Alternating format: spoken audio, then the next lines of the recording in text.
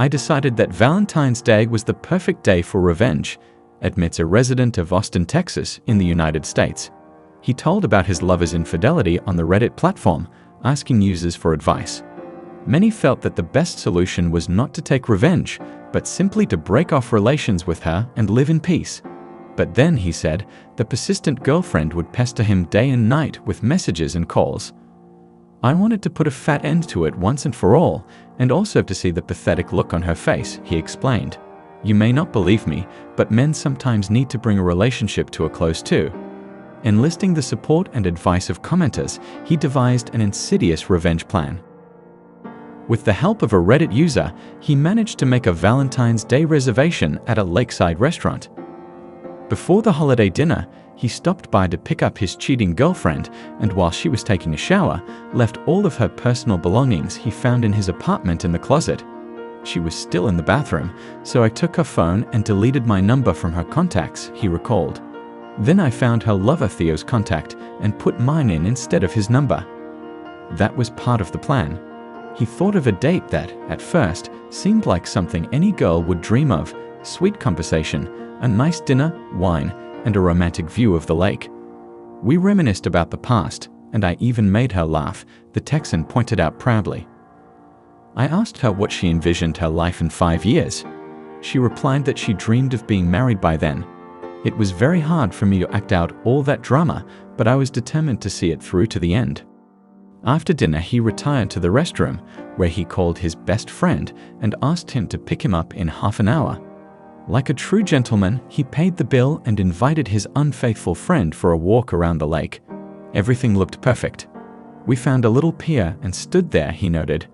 I asked her if she wanted to confess something to me. She was obviously embarrassed, but she didn't show it and lied that she had always been honest with me. The American told her he knew about her affair with Theo. The girl cried and began to say that she was very sorry. I told her that I sincerely thought she was the one, it was true, and took the ring case out of my pocket, he recalled. I bought this ring at a gas station for only $15. I didn't open the box because the ring looked awfully cheap.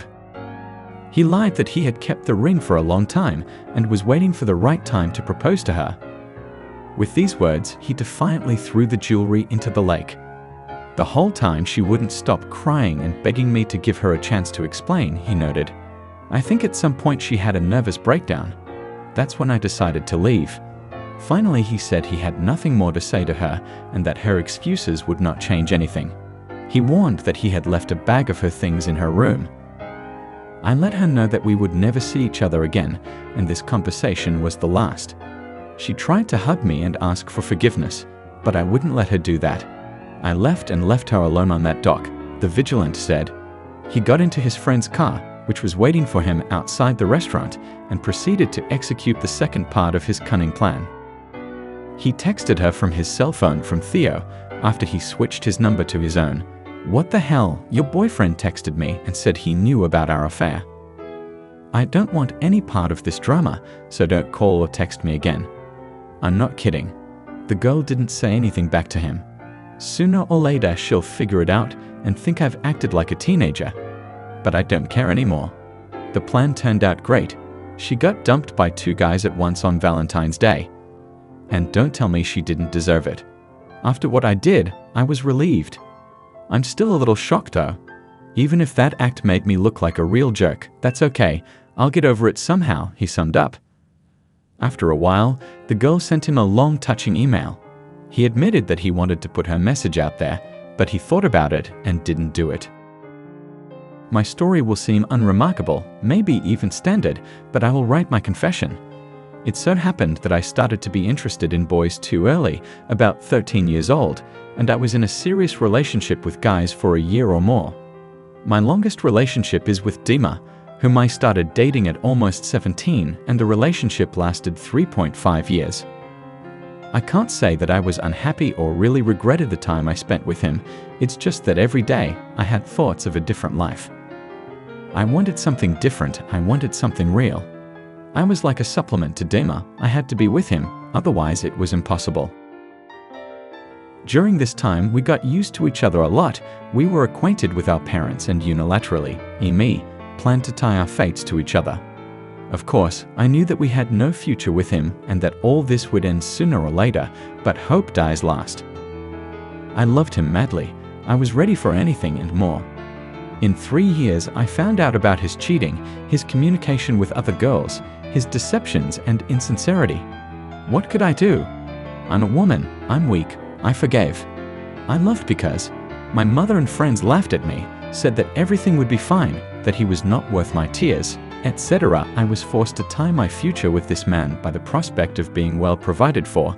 He was from a wealthy family, with all sorts of connections that could help me in life. With the help of his father, I got a job in a bank. For that I am very grateful to him, of course. Beginning in the spring of 2021, we had a very difficult relationship. We fought and even broke up all the time. The work team helped me to go through the difficult moments. Since it was a warm and sunny time, we often went on a trip to nature. We organized, so to speak, corporate parties. And so, on a day when we had a very big fight with Dima, I decided to go out and go with colleagues to the quarry. I purposely turned off the phone because I knew that there would be calls and there would be hysterics. I had a good time, almost all spent with an employee, also Dima. We fooled around, took pictures Titanic style, sat together at the table, and just chatted. I will not hide it, I drank a lot that night, and at the end of fun, I went over to Dima and whispered in his ear, "So, let's go to my place?" To which Dima responded, "Even so." I became terribly embarrassed. I thought that tomorrow the whole team will laugh at me, as such interesting statements spread at the speed of sound. But Dima only called a cab, and before leaving asked where to come. I told him the address, left my number, and when I got home, I waited for the call, probably more than I had ever waited in my life. Still, he called when he pulled up in front of the house, bringing a bottle of martini with him. The evening was wonderful. We sat on the balcony, looking out at the city at night, sipping our martinis, and just laughing wildly. We had a great time together. After that, it was all a blur. I won't go into detail, but it was probably the best night of my life. I had never felt so much caress and tenderness before. I realized that I was a desirable girl. And in the morning, Dima left. I thought forever. It was hard for me to realize that it had been one night, and I would have to forget this man. After all, I have the old Dima, with whom nothing has yet to be resolved. But to the surprise of me and all my friends, we met with the employee Dima the next evening. During the conversation, Dima asked me the question, "Aren't we lovers now?" That's where it all started. I realized that I wanted this man to be not just a bed guest, but my man for life, my husband, and the father of my children. And so my life changed. I left the old Dima with grief. He wouldn't put up with it, threatened to fire me from my job, that my life would turn into a living hell. So it has been half a year. I have been living with my new Dima for almost 4 months. We know for sure that we will get married this year, and we want children very much. I am happier than I have ever been in my life, thankful for my unhealthy sense for what I did for that night.